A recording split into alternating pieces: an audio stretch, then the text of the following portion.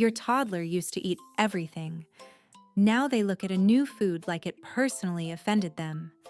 And the battles at the dinner table have become the most exhausting part of your day. Here's the thing, this isn't pickiness, and it's not a phase you just have to survive. It's a survival mechanism that's 2,000 years old. And once you understand it, mealtimes change completely. Picture this.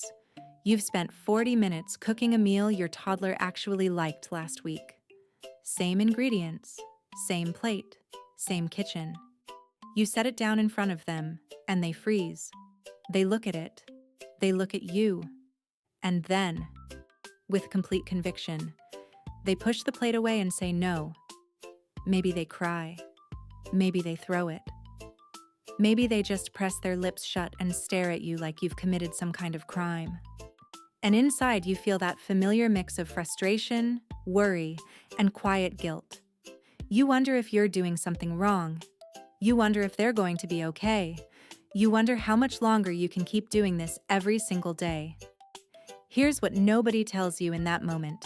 Your child isn't being difficult. Your child is doing exactly what their brain was designed to do. And by the end of this video, you're going to understand why.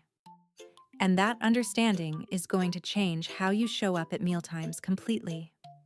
Let's start with the science, because this is where everything shifts. There's a term researchers use called food neophobia. Neophobia. It means fear of new things, and specifically, fear of new foods. And here's what's wild. It's not a disorder, it's not a behavioral problem, and it's not something you caused. And it's a built-in biological feature that peaks, and this is important, between the ages of 2 and 6 years old. Right in the middle of toddlerhood. Right when you're in the thick of it. But why? Why would a child who happily ate pureed sweet potato at 9 months old suddenly act like a strawberry is a threat? The answer goes back further than you'd think. For most of human history, the period when children became mobile enough to explore independently, around ages 2 to 4, was also the period when they were most at risk of accidentally eating something toxic. Think about it. A crawling baby doesn't pick things up off the ground and eat them. But a walking toddler? They absolutely do. And in a world without food labels, without grocery stores, without anyone to verify what was safe and what wasn't, where the children who survived were the ones who were suspicious of unfamiliar things, the ones who said no first and asked questions never. That suspicion kept them alive. And their brains passed that trait down, generation after generation, until it landed in your child, in your kitchen, on a Tuesday night. So the next time your toddler looks at a piece of mango like it might be dangerous, in some very ancient, very real sense, their brain genuinely believes it might be. And here's where it gets interesting, because this isn't just instinct. This is neurology. The part of the brain responsible for detecting threats is called the amygdala. You've probably heard of it. It's small, almond-shaped, and incredibly fast.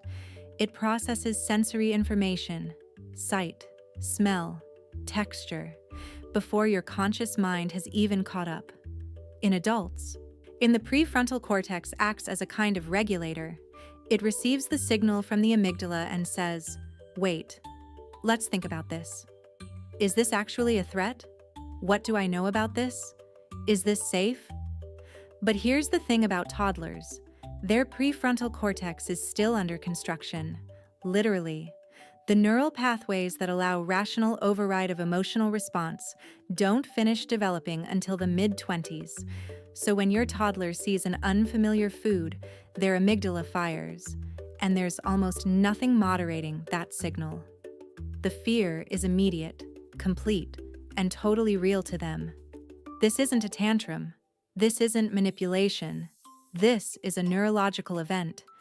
And there are 3 ways this shows up at the dinner table. And each one is telling you something different. The second one is the one most parents completely misread. The first is what you might call the visual rejection. This is when your child refuses a food before it even gets close to their mouth.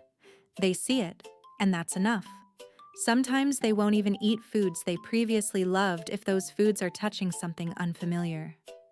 If your toddler has pushed an entire plate away because one piece of broccoli was touching their pasta, this is why. The amygdala is responding to proximity, to contamination fear. It's not irrational to them.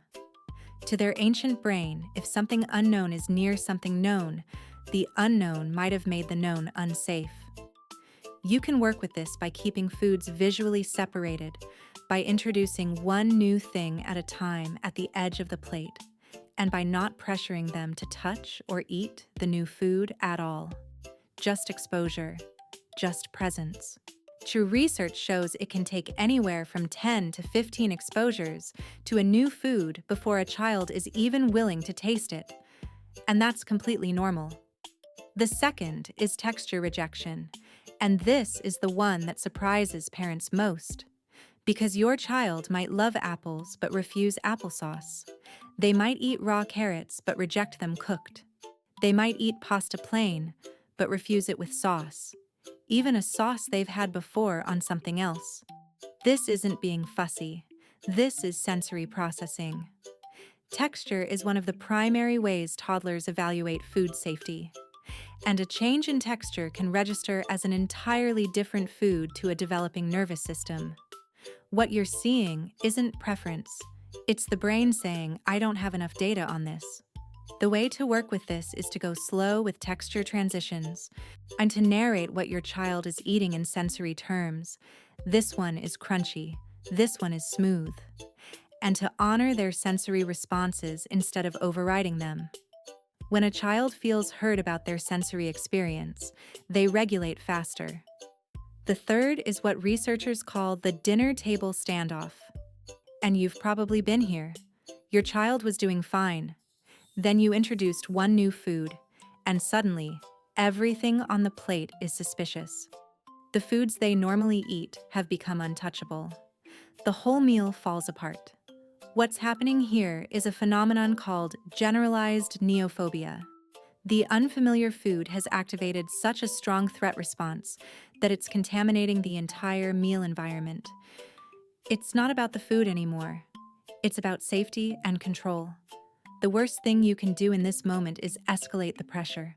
Not because you're wrong to want them to eat, but because pressure activates the threat response further. The prefrontal cortex, the part that could override fear, shuts down even more under stress. The child becomes less able to regulate, not more.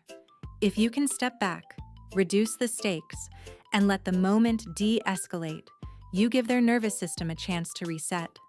And that reset is where real progress lives. Now here's the reframe. And this is the part I want you to really sit with. Because everything we've talked about so far has been about why your child behaves this way. But I want to talk about what this behavior actually means. What it says about your child. Because there's research out of the University of London and several longitudinal studies since the early 2000s that shows something remarkable. The children who display strong food neophobia in toddlerhood are, on average, more emotionally sensitive, more perceptive to their environment, and more attuned to sensory detail than children who don't. They're not deficient. They're calibrated differently. Their nervous systems are picking up more information, processing it more intensely, and responding accordingly. That's not a bug. That's a feature. The same sensitivity that makes mealtimes hard is often the same sensitivity that makes these children empathetic, creative, and deeply feeling later in life. And there's something else. The research on children who were pressured to eat, who were told to just try it, to stop being dramatic, to not leave the table until the plate was clean, shows that those children don't develop healthier eating patterns as a result. They develop a more negative relationship with food. They develop more anxiety around meal times. They learn to disconnect from their body's signals rather than trust them. The opposite approach, what researchers call responsive feeding, which is about creating low-pressure exposure without force, consistently produces better outcomes, not just at the table, but in the relationship between parent and child.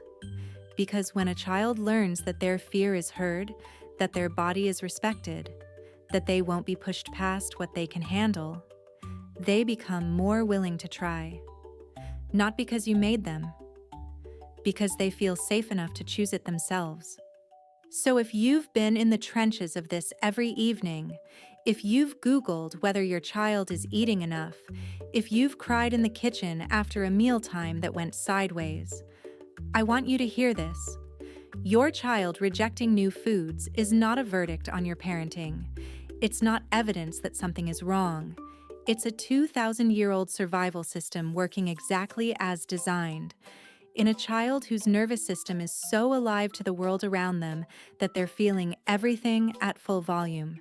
Your job isn't to break through that. Your job is to be steady enough that they learn the world is safe enough to explore on their own terms.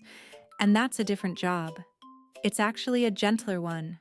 It requires less battle and more presence, less pressure and more patience. It asks you to trust the process and to trust your child, even when the plate comes back untouched. Your child isn't being difficult. They're becoming who they're going to be. And part of that becoming looks a lot like a toddler who isn't ready for broccoli yet. That's okay. You don't have to fix this tonight. You just have to keep showing up. And now you know why it matters that you do. If you want to go deeper on understanding your child's emotional world and what your responses are actually communicating to them, I put together something that I think every toddler parent needs. It's called Am I a Good Parent? The science-based quiz every toddler parent needs to take. And it's available as an ebook linked in the description and in the pinned comment below. It's not about judgment, it's about clarity. And clarity changes everything. Next week, we're going to talk about something that lives right next to this one. What's actually happening when your toddler has a meltdown in public. And why the worst thing you can do in that moment is what most parents instinctively do. You're going to want to see that one.